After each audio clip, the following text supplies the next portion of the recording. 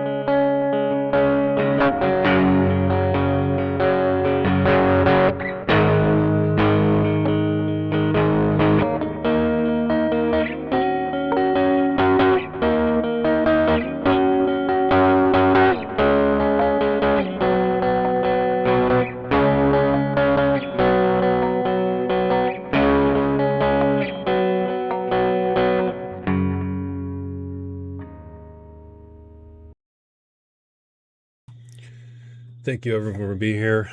This is my ES-335 Epiphone.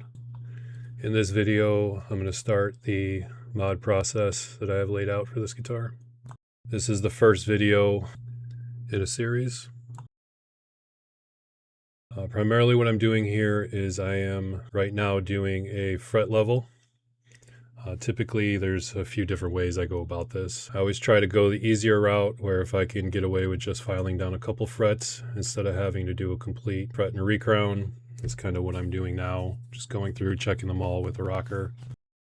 When I find uneven frets, I will mark them with a Sharpie, just kind of take tally of how many uneven frets I have. What started this project was I wanted to upgrade the pots. It came with pretty decent pots. This is an upper level Epiphone and it comes with CTS 500K pots. I want to put in 525K pots, and I also want to put in better capacitors, Soviet, oil, and paper. I expect to get a significant amount of more tone out of this guitar. Throughout the process, I do check and make sure the neck stays level. Unfortunately, it did move a little bit, so I kind of fought with it and had to make a few more adjustments just to make sure it's flat.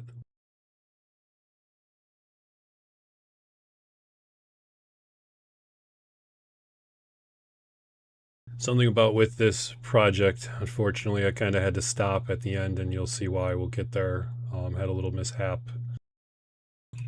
So when I'm doing the fret level, I'm not pushing down on the sanding bar. I'm just kind of letting the weight of the bar glide over the frets until as much of the Sharpie marker is kind of removed. One of the things I do after recrown, I will take some time to, from the 12 down, to kind of dive those frets.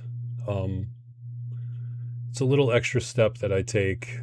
I found that it has success just from the 12 down. If I just dive them a little bit away from the strings, it kind of eliminates a lot of the potential for buzzing when you're further down the neck.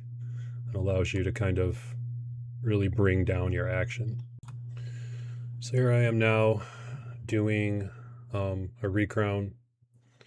Use a lot of Misic Nomad tools. I think they're great tools. I'm moving on to filing and dressing the fret ends. Best to take your time with this because you don't want to damage the fretboard, put any scratches in it. Just kind of take your time rounding over the edges. Found the more time you spend on this and more patience you have, the better the results.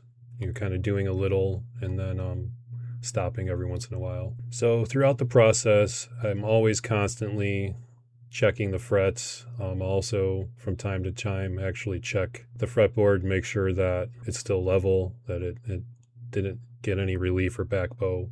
And once I'm done with actually the crowning, I will use 250 fine grit foam sanding block and just kind of sand it down and roll over the edges. So this is the first step. I use Misic Nomad fret polishing system. Step 1, step 2, in between I'm cleaning off the dust and the debris. Again, checking the frets.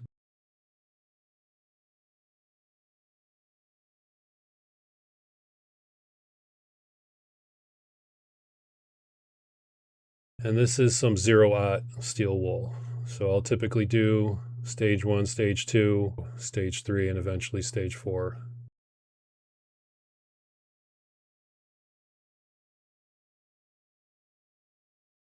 So here is stage 3.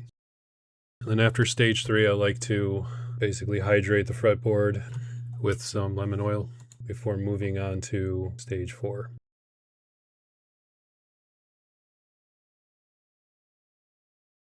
Here's me applying the lemon oil. I will kind of take my time with this process too. I'll rub it in, let it soak up. If I need to apply some more, I'll apply some more. Rub it in a little bit more, let it soak up.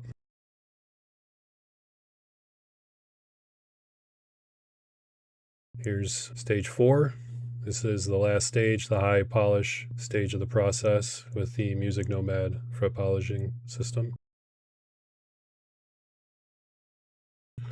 So I'm about to be absolutely devastated as I'm pulling the tape off of this beautiful guitar. Unfortunately, the finish came off with the tape. So until next time,